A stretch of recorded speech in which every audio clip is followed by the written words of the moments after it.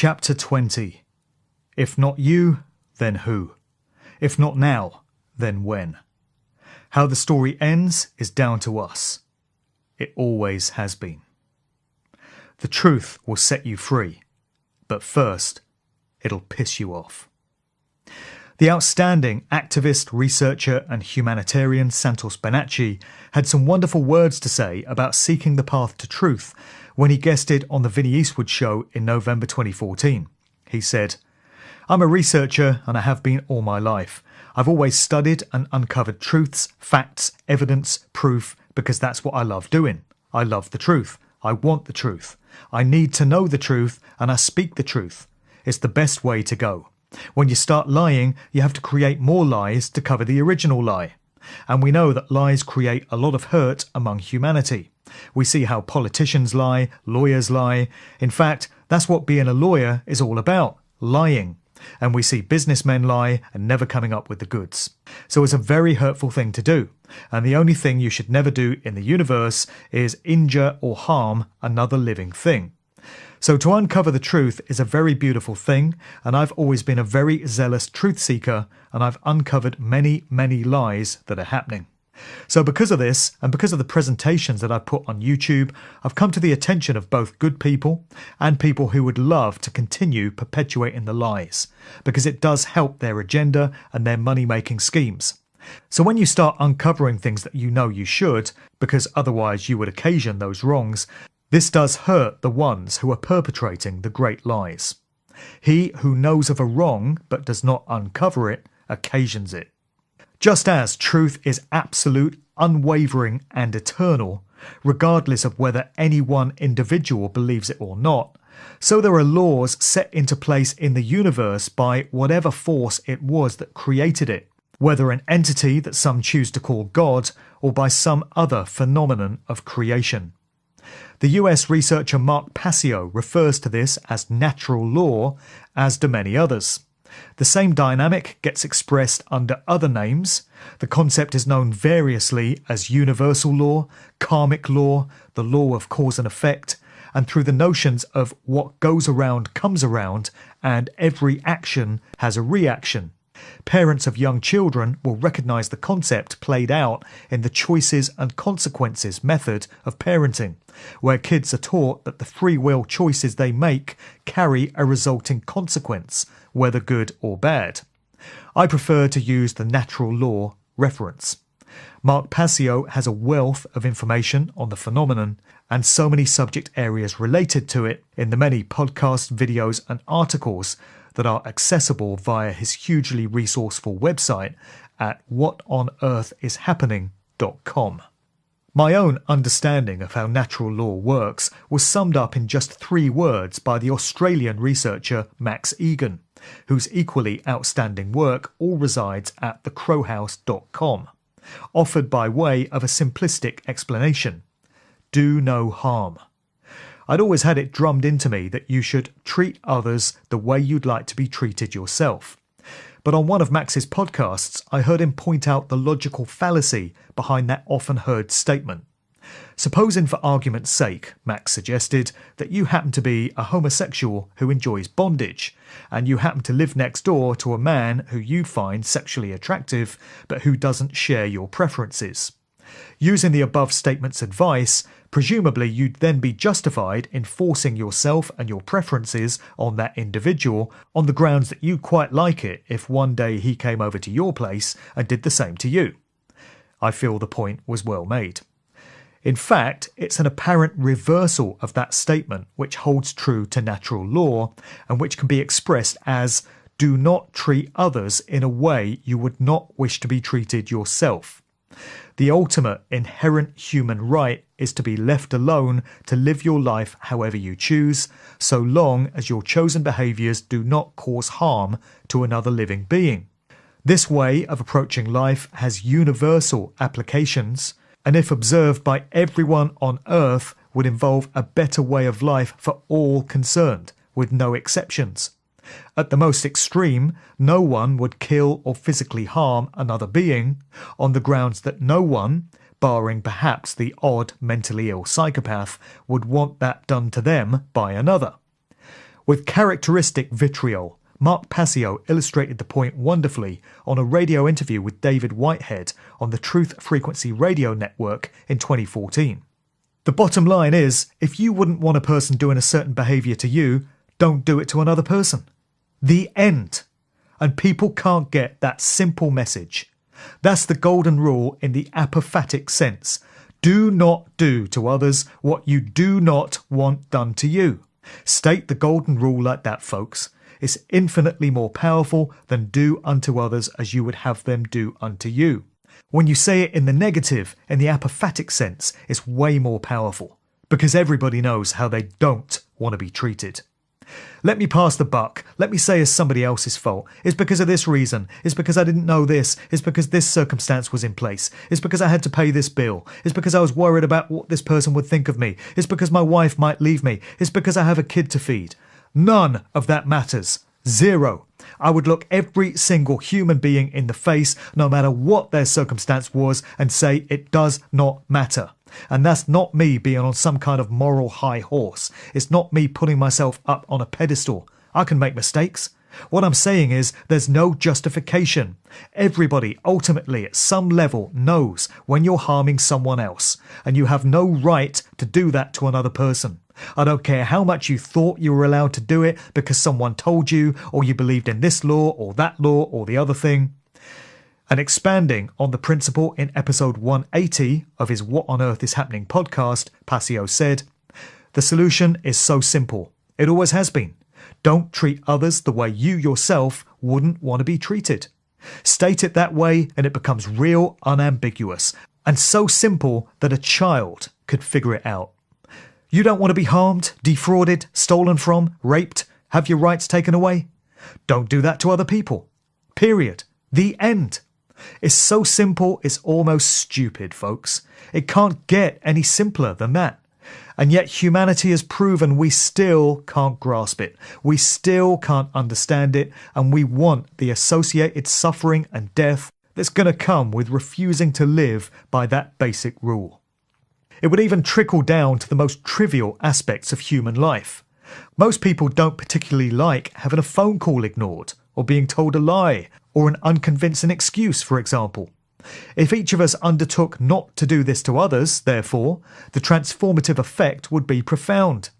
Imagine a world where instead of people doing exactly what suits them in their own individual circumstances right there and then, their first thought would be, is there any way in which the action I'm about to take is likely to impact negatively on others? Only if the answer is no, does the action go ahead. The do no harm dynamic can be extended by a further 4 words to do no harm, but take no shit. Although apparently a wisecrack, and probably not a phrase to teach the kids, this actually contains everything you need to know about how to live life morally and in accordance with eternal truths, in just 7 words. This phrase stands as an easily digestible summing up of the 2 central tenets of natural law. These are also expressions of the duality of the male and female principles that occur everywhere in nature. The first is frequently referred to as the non-aggression principle. It's an expression of the sacred feminine, and it represents the do no harm and do not treat others in a way you would not wish to be treated yourself dynamics. It means you respect the right of others to be left alone and to not have coercion or violation brought into their lives against their will, and you yourself can expect the same rights to be afforded to you. If, however, any individual or institution breaks that principle, then the second key tenet comes into force. This is masculine in nature, and it's the self-defense principle. This essentially involves any individual doing whatever is necessary to protect themselves, their family, and their property against any threat or incursion brought about by a violation of the non-aggression principle. The very embodiment of take no shit, if you prefer.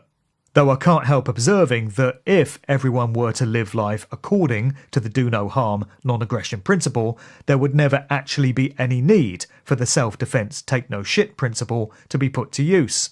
Right and wrong behaviours are absolute and not open to interpretation. The idea that what constitutes truth is down to the individual and that one man's idea of what constitutes truth is no more or less valuable than the next man's is known as solipsism. Truth doesn't do interpretation. Truth doesn't do opinion. It just is. Personal obligations. Natural law is the ultimate truth, and it dishes out karmic consequences to humans based on the free will choices that are made both on an individual and a collective basis. I realise how uncomfortable it will be for many to accept this as being the case. I understand because it was deeply uncomfortable for me too when I first came to a realisation of it. But how any individual might feel about it is neither here nor there. Many may choose to reject what I'm putting forward here, in which case that's their free will choice and their karma. But everything I've come to discover can be verified and validated with research, and there's a wealth of information available to do just that for anyone with enough of an inquiring mind and a free spirit. I also do find that an understanding of natural law and real truth does tend to answer way more questions than it raises.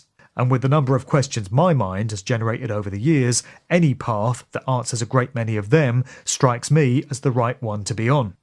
Despite how it may at first sound, there's nothing arrogant in stating that you know something to be the truth if it passes all the appropriate filters and methods of discernment. Absolute statements are something that people have a problem with, and some will point to them as being no different to religious dogma, with an adherent of one man-made religion or another defiantly spouting from a lectern that something is the truth because whatever holy book their religion instructs them to believe in tells them so. The real truth transcends religious belief systems, and knowing something through the gift of intuition with which humans are endowed is a very different thing to believing it to be the case. It is possible to know the truth if you choose to align yourself with it. Another thing that comes with an understanding of truths, and which tends to be equally unpopular with many, is that you also take on a personal responsibility for communicating that knowledge to other people, so they too have the opportunity to come to the same level of awareness.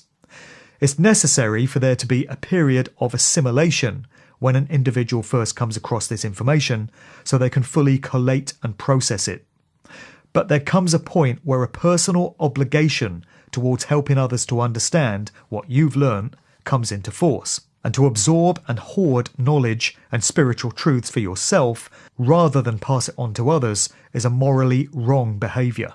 With truth comes responsibility. Think about the karmic implications that the elite priest classes and secret societies are bringing on themselves through having suppressed information for so many millennia from those they deem unworthy, the Goyim, and keeping it for the tactical benefit of just the privileged few in the know. The truth is a gift that's intended for everyone. It doesn't come with exclusivity rights. There are many ways in which truthful information can be communicated, and the most effective method will depend on the skill sets and the personalities of each individual.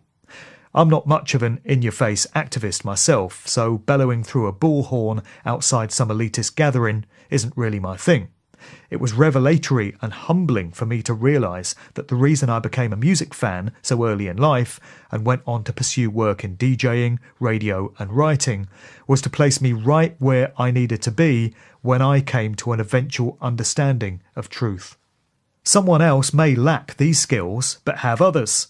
I'm a hopeless write-off when it comes to technology, but others will be able to use their technical skills to design websites, write software programs, create graphics, or make YouTube videos.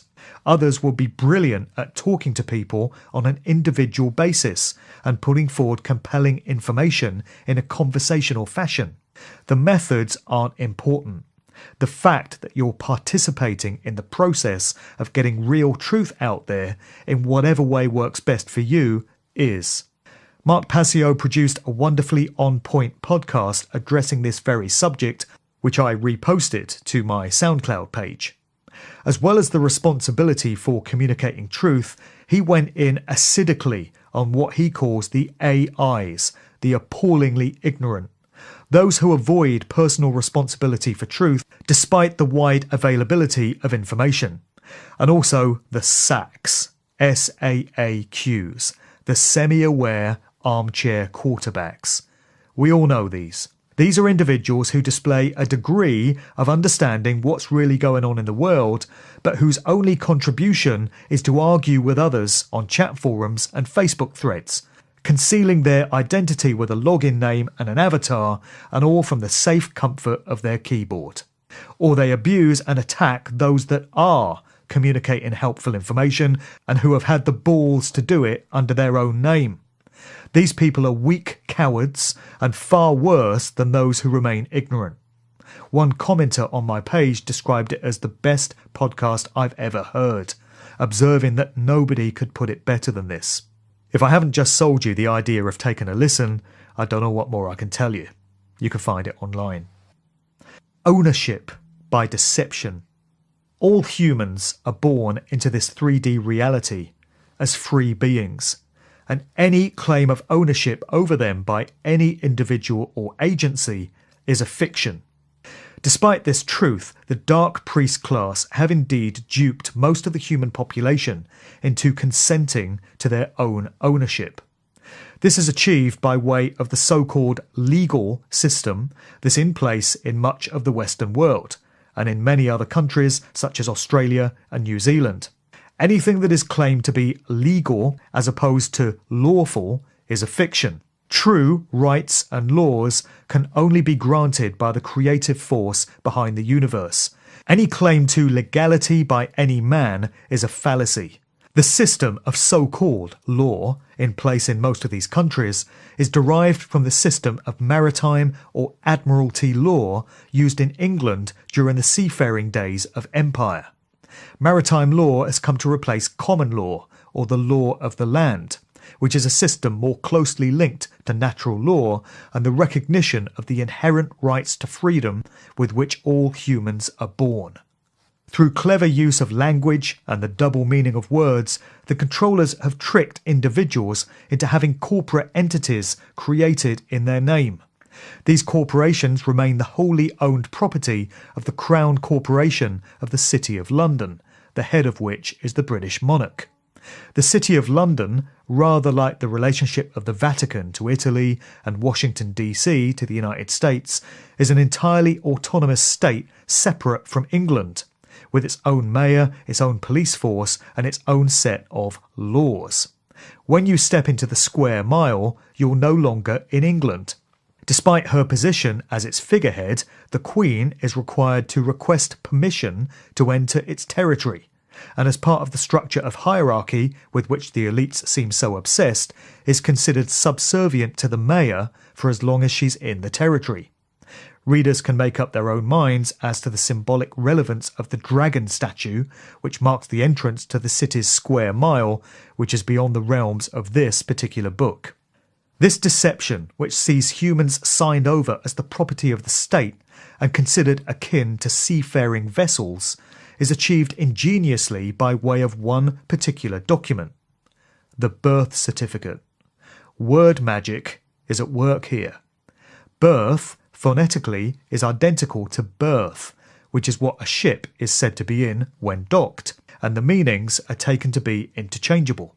When a human is born, they're delivered via the birth canal, in the same way that a ship is said to arrive.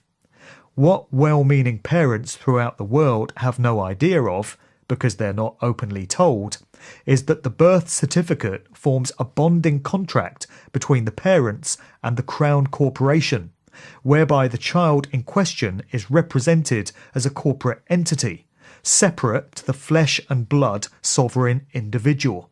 From the moment the contract is signed, that child is considered the property of the state, and bonds are issued and traded on the stock market in his or her name.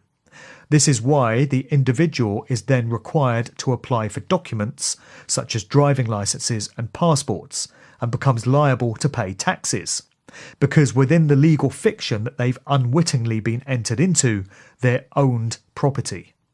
This state of affairs can only exist in a fiction, because no individual can truly be owned by any other individual or organisation. An indication of the fact that a corporate entity, rather than the flesh and blood being that it represents, is being addressed, is when official government correspondence spells out the name in capital letters. More double-meaning wordplay here, this style of lettering indicating that the subject is the capital or property of the state. This is why communications from the Inland Revenue in particular, along with most other government departments, always show the recipient's name in capital letters, while their address generally appears in both upper and lower case. As far as the system sees it, a contract has been entered into by the parents through their own free will, stating that their child is now the property of the state, and the use of capital letters is their fair warning, harking back to the previous concepts of consent, of what's going on. The fact that you didn't understand it is of no consequence to them in their warped mindset. They told you in their own way. The issue of ambiguous contracts was the subject of a story which emerged in 2010 when, for an April Fool's Day prank, the retailer GameStation issued a contract whose terms and conditions stated that those signing it undertook to give up their mortal souls. 84% of those receiving the contract duly signed it without noticing what they'd just agreed to. There are some clear parallels here with what goes on in the real world on a daily basis.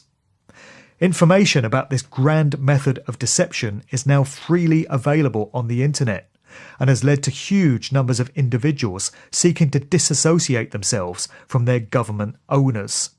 It's led to a move towards losing the legal name, in recognition that the identity on a birth certificate is fraudulent and not truly representative of the individual using it. Those particularly well informed on how the maritime law setup works have even started defending themselves in courts of fraudulent law, arguing that by renouncing their birth certificate, they no longer have any contractual ties to the Crown and are therefore not bound by any of its laws. It remains a fact, however, that very few have been successful in challenging the system on this basis without huge personal cost to themselves and their families.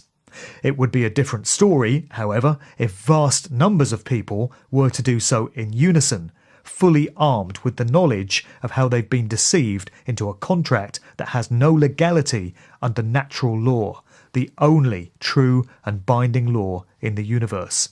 This whole subject area is a complicated minefield, loaded with word magic, but it can be investigated fully online by any individual with sufficient curiosity and the time to delve into it. Choices and consequences. For a good couple of years, I puzzled, like so many others, over why the elites do some of the seemingly strange things they do, such as apparently pre-announcing their plans through popular culture and leaving their symbolic calling cards everywhere. At all levels of the control system there are disclaimers such as this, some more blatant than others. We find expressions of it in the small print at the bottom of financial contracts, in public notices advising you that you're being filmed by CCTV, in the side effects, so effects then, documented with pharmaceutical drugs, and with the lists of double-barrelled, multi-syllabled chemicals on cans of fizzy drinks. Less obviously, as readers will recall from the chapter on predictive programming, we find highly veiled announcements of the controller's future false flag events encoded into Hollywood movies, TV programs, music videos, and record sleeves. It was only after I came to understand how everything in creation is bound by the workings of natural law that the penny dropped. I suddenly realised that when the powers that shouldn't be do such things, it's their sick and twisted way of observing the laws of morality that are built into the construct of the universe.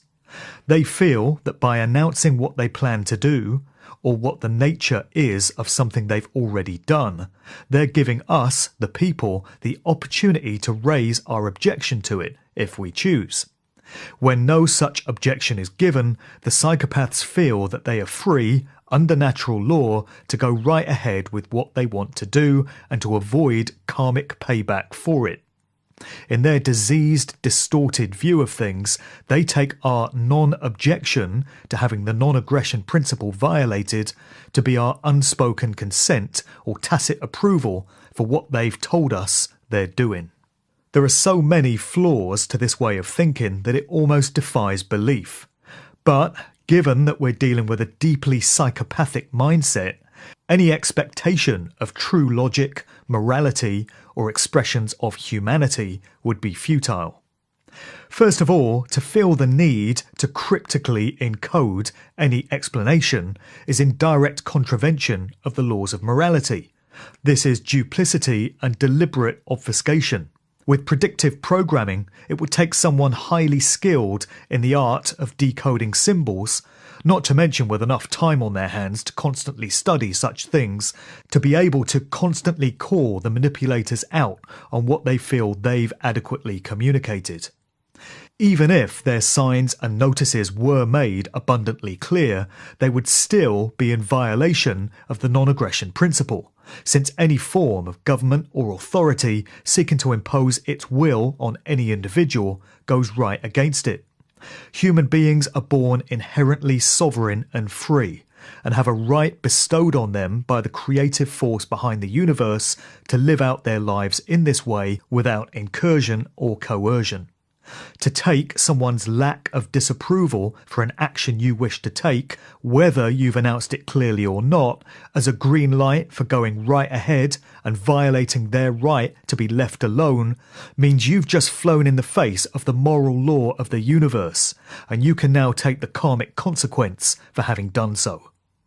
It's interesting that despite their warped interpretation of what natural law means for them, and their sheer arrogance in assuming they can cheat its results, the elites still recognise its effects as something they at least need to acknowledge. If they didn't, they would steam right ahead and stamp the boot of oppression down on humanity without a thought for needing to cheat the universe and its methods. It's certainly why these rich old men employ police and military foot soldiers to do their bidding for them, rather than getting their hands dirty themselves. While police and military types can often feel superior themselves through the status that their uniform or job title gives them, the truth is that by following the orders of their superiors unquestioningly, without judging for themselves whether the actions they're about to take are morally right or wrong, they are the ones bearing the personal, karmic consequence for what ensues, not those that gave the orders. Ever noticed how it's never the sons of politicians and generals that are sent out to die on the front lines of war zones? We'd be living in a very different world if the police and military would all wake up and understand how they're being cynically manipulated by their superiors and refuse to do their bidding any longer. There is hope, however, as more and more are leaving the police and military by the week, having come to a difficult understanding of the true nature of what it is they're really a part of. The reason the controllers have to present apparently acceptable justifications for continually taking our nations to war is that they know that to blatantly announce that they're going into some foreign nation or other to slaughter and subjugate the population and steal the natural resources is highly likely to be met with disapproval and resistance from the general public. But portray that foreign nation's leader as a tyrant or despot, particularly one who's killing his own people, to a public whose perceptions of the world are shaped only by what government ministers and the mainstream media tell them, and the justification for intervention is there. The masses will go along with the something must be done approach, and military action, in which it's clear many thousands will lose their lives, is written off as necessary. Grudging public consent is there, and the manipulators take that as a green light to press ahead with what they always plan to do. The same dynamic can be seen when it comes to paying taxes. The reality is that no one voluntarily pays tax. We have it extorted from us, with the threat of fines or imprisonment if we resist. The very notion of tax is a blatant violation of the non-aggression principle of natural law, because it represents the state forcing its will upon individuals. It's made all the more immoral when you understand the true nature of money as debt too, and how the constant justification for tax as necessary to pay for services and cover never-ending inflation could all be avoided if the entire financial system were overhauled. But this is another area in which the public gives its consent to an immoral act which goes against human decency and their own common interest. Because the myth that taxes are necessary has been embedded into the public psyche, there's no coordinated resistance from people to having their money stolen from them. So again, the state takes this as consent and unspoken approval for this act. Centuries ago, there was a key maxim of Roman law which stated, "He who would be deceived, let him be deceived." Exactly the same principle is at play here. The statement is saying that anyone ignorant enough not to realise that they're a sovereign spiritual being and an expression of the divine rather than a corporate entity, and therefore not answerable to any world-based authority, deserves their slavery. They have tacitly consented to their control because not saying no is taken as having said yes. The same eternal truths regarding free will choices and consenting were understood in these past epochs, and were being used by the governmental systems of the day in the same way they are today. Now, as then, so many situations only transpire because the masses are allowing it through their consent. A withdrawing of this consent on a wide collective basis is the key to ending slavery and subjugation. When we all learn this lesson and apply it, our shared experiences will change, and not a day before. The numbers game. That such a small number of individuals, when compared to the worldwide population, have been able to successfully control the rest of humanity for so long seems almost inconceivable. However, there's actually encouragement to be drawn from the fact that they've been able to do it, particularly when you realise that their greatest strength has been their unity of spirit and intent, and their observation of how the true nature of reality works. It's their understanding that everything is made up of resonating light and sound energy that fuels the need to keep their targets, us, in a constant state of low vibrational fear. And so human society is structured in such a way, with manipulated wars, terrorist events, social conflicts, financial crises, etc., to generate fear and all its negative energy derivatives: guilt, panic, regret, anxiety, worry, stress, hate, envy, resentment, selfishness, cowardice. And, as we've discovered along the way with this book, the music business plays its part in maintaining this constant low level of consciousness in humanity too. When you factor in the death and suffering that occurs in the non-human world, from the insane bloodbath brought about by the requirements of the food chain that sees millions of living things slaughtered every day, to the trillions of animals meeting their terrifying and horrific ends in slaughterhouses, you can imagine the colossal tidal wave of fear-based low vibrations that are going out into the energy field of this reality 24/7. Fear is the key, as the title of an Alistair MacLean novel rightly observed. So it's interesting to muse on what would happen if the elites were to stop performing their satanic rituals with all the negativity that they entail. Add that to the concept of a mass humanity awakening to its true nature and raising its consciousness to a higher level of resonance in its millions, breaking free of the subliminal programming that's been imposed on it, and truly seeing the world for what it is. With this process, we get to see the would-be controllers and their motives for what they really are, and the full potential for what we, in our collective numbers, have for shaping the kind of reality that we wish to experience with our positive thought and intent. Then, a very different type of future to the nightmare worldwide concentration camp that's planned for us starts to come into focus. A human society awakening in this way is the way out of our ongoing suffering as a species. If such a small number of the elites have been controlling 95% plus of humanity for so long through pooling their negative intent to influence reality, how few of us would it really take to negate that power and overwrite it with a better version of reality? One that observes the tenets of natural law and specifically the non-aggression principle and spells a better deal for all humanity. A scenario where do no harm becomes so much of an instinctive norm that it doesn't even need to be stated. As so many researchers and commentators in this field have observed and have been trying to tell us for so long, this type of reality is a genuine possibility. It's only a question of whether enough of us make the free will conscious choice to bring it about and change our thoughts and behaviours accordingly. This is how reality works. It's a blank canvas waiting to have written on it whatever type of experience is desired by the participants. This great truth was summed up brilliantly in an article by John Assaraf on the WakingTimes.com website.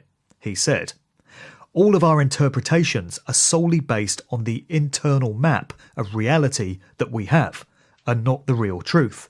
Our map is a result of our personal life's collective experiences. Our thoughts are linked to this invisible energy, and they determine what the energy forms. Your thoughts literally shift the universe on a particle-by-particle basis to create your physical life. Look around you. Everything you see in our physical world started as an idea that grew as it was shared and expressed until it grew enough into a physical object through a number of steps. You literally become what you think about most. Your life becomes what you have imagined and believed in most. The world is literally your mirror, enabling you to experience in the physical plane what you hold as your truth, until you change it. When you're able to raise your consciousness above the confines of the programming, the old tricks just don't work anymore. A Nicki Minaj record can be seen for the toxic piece of mind-controlling garbage that it is. And the cynical lies of a moronic BBC newsreader spouting whatever propaganda their bosses have instructed them to can be seen for just that.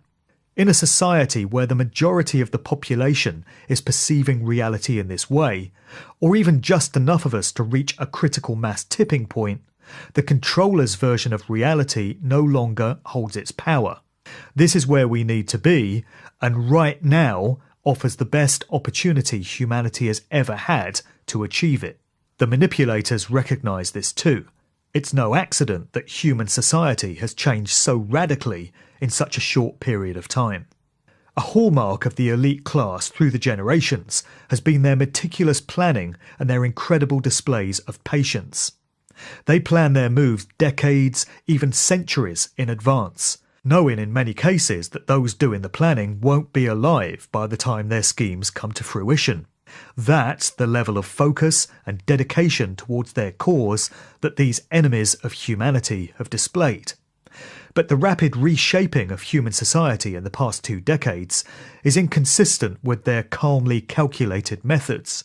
The recent and current unleashing of such a huge arsenal of human control measures smacks of a desperate attempt to head off humanity's conscious awakening. We have the power, and we can withdraw our consent for their methods any time we choose to.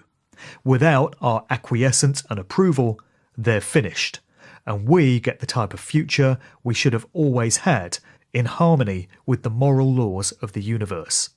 Lennon Honor expressed this sentiment in one of his Good Vibrations interviews in 2013. He said, "Now, I recognise that of course there are secret societies and there are individuals who have agendas, but ultimately these things would not exist if enough people recognise that there was no need for these things and so would not participate. In other words, they would not comply. They would not purchase, they would not support these different expressions of these dark, sinister, occultic forces. In other words, the power that these forces have is given to them by people. It's not that these forces have power in and of themselves. They have no more power than the human species has. But if the human species ultimately gives the power to it, then it will have the power. In other words, it's an aspect of the degree to which this human species has externalized its power. That's where the real problem is. All of the degrees of manipulation and mind control that's going on, you can put it all together and it still has very little relevance to me in my life in terms of I am ultimately the power within my life and ultimately the creator of my human experience here. So with some individuals, you could say, oh, that person is asleep, they don't know what's taking place, and they're all caught up in this entertainment industry, externalizing power to Jay-Z or Beyonce or Rihanna or whoever. But it can also be applied to the individuals who get so accustomed to analysis as to the dark, sinister occult forces. Because an individual is not focusing on what can they do individually to refine their internal condition so that they can ultimately create something different. And on a later Alchemy Radio podcast with host John Gibbons, Lennon expanded upon the internalization of power dynamic. This, combined with the example of a life lived in line with truth and morality, is what's needed to arm the next generation with the personal tools that will be necessary to overcome the tyranny that will be attempted against them. The solutions lie in our thoughts, emotions, and actions in balance on a mass collective scale. He said, "You should be refining yourself day by day as a man or as a woman, working on the thoughts that you keep, the words that you speak, and the actions that you take." In other words, if you have all these negative thoughts, you're worried about the Illuminati, you're worried about reptilian shapeshifters, you're worried about global bankers, and so on and on and on, it's going to have an adverse effect on you because you're always externalizing power. So it's one thing to identify those things, yes, but what's the next step? Well, now you have to internalize to where you begin to take power of your own destiny. And not only your own destiny, but for future generations. And that's why for positive relationships, that's key. It should always be about truth, speaking truth, living an ethically and morally just lifestyle. And in a positive relationship, you have two people doing that. So into that situation, children are being born and raised into this dynamic now. In my 2014 interview with him, British activist Tony Z mused on the sheer resilience of the human spirit to still be able to access higher consciousness in spite of the very best plans that have been laid to keep it locked down. He said, "Energy, as in the 0 point stuff, is actually consciousness. In other words, if we have access to free energy, we have access to coherence and consciousness. And when we get access to consciousness, nothing can be hidden. So everything becomes revealed. And that's the biggest plan that they're frightened of. So what they've needed to do has been to use fluoride, aspartame, mobile phones, HAARP, and all the other frequency generation systems to destroy any coherence, to set up a situation whereby the fluoride, for instance, will interfere with your pineal gland to stop it from accessing your higher self and expanded consciousness. Because it's in that way that they destroy our ability to understand what's going on. They lie to us, they change all the physics, they come out with false histories, they program you through television, they give you GMOs, vaccines, all these things to destroy coherence. And what we've actually managed to do is to come out the other end still retaining consciousness even after all of their efforts. It's sobering to reflect that the adults living in the world today are the generation that will decide the future course of humanity. It's our actions and responses that will determine the type of world our children and all future generations will have to live in. Are we up to the job? In summing up and expressing what needs to occur, I can't put it any better than the brilliant Matt Hancock in an article that appeared on the Check the Evidence blog site, where he said, "Collectively, we're inside a burning house. And rather than getting everybody out and safe, we're voting for the next fire starter. Collectively, we're wasting time and energy on trivia and authorised pastimes, like walking around with our faces in our cell phones, self-owns, and tweeting away like a bird on a wire. While the banksters continue to go unpunished for plundering the public, homelessness, and increasingly poverty in general, is being criminalised. It's madness. Collectively, our toleration of this inhuman control system is insane. But the universe will help those who work according to their life's purpose, so it can and will help many more of us. It is in my view that this process can only really be interfered with if we allow somebody else to be the middleman for us, to provide us with pre-packaged beliefs or worldviews or counterfeit synchronicities in the form of predictive programming, or any other kind of cunning deceit from the control system in general. The authorised controlled opposition misleaders are there to derail us, to interfere with our natural process of realising truth. They've chosen their path, but we're not obliged to give them any attention whatsoever. The individual mind is one of the greatest gifts imaginable. Therefore, one of the greatest crimes is to steal the ability of that mind to perceive reality. But in a stroke of evil genius, we've been manipulated into giving away our ability to perceive reality. We give it away willingly by listening to liars, believing they have our best interests at heart, simply because, as normal human beings, we would never stoop so low. This is terminally naive, and it has to stop. We're in a global war right now, an information war, a war on the mind, a spiritual war. Participation in this war is essential in vast numbers. We need millions upon millions of people to come together and put an end to this insanity, this psychopathic control system, this evil. It won't happen overnight. That simply isn't possible. But it can happen over time. The more people there are speaking out, the more likely it is that new people will listen and start to reject the control system they had never previously recognised, and then start to speak out themselves. This is a recipe for exponential growth.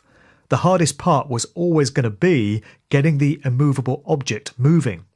But that's already begun thanks to a multitude of brilliant and selfless human beings, many of whom are no longer with us, at least not here in the realm where spirit meets matter.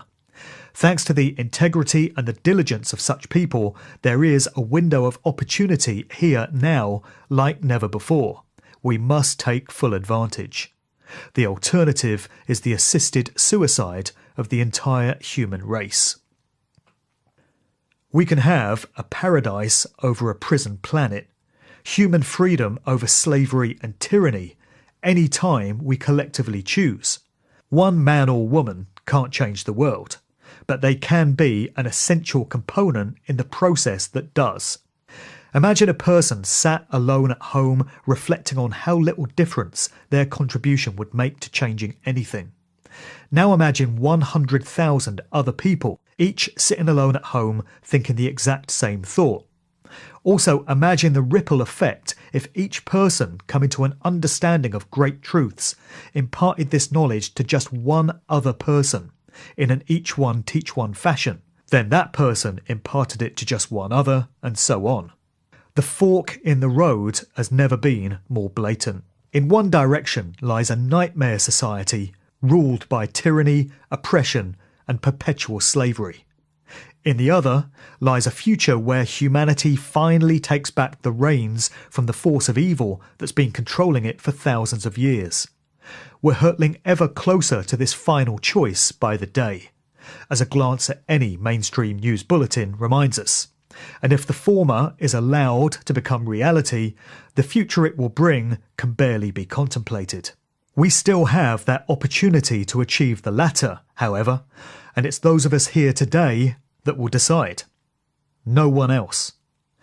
As Led Zeppelin's Stairway to Heaven puts it, there's still time to change the road you're on. Only one question remains, therefore. How much do we want it?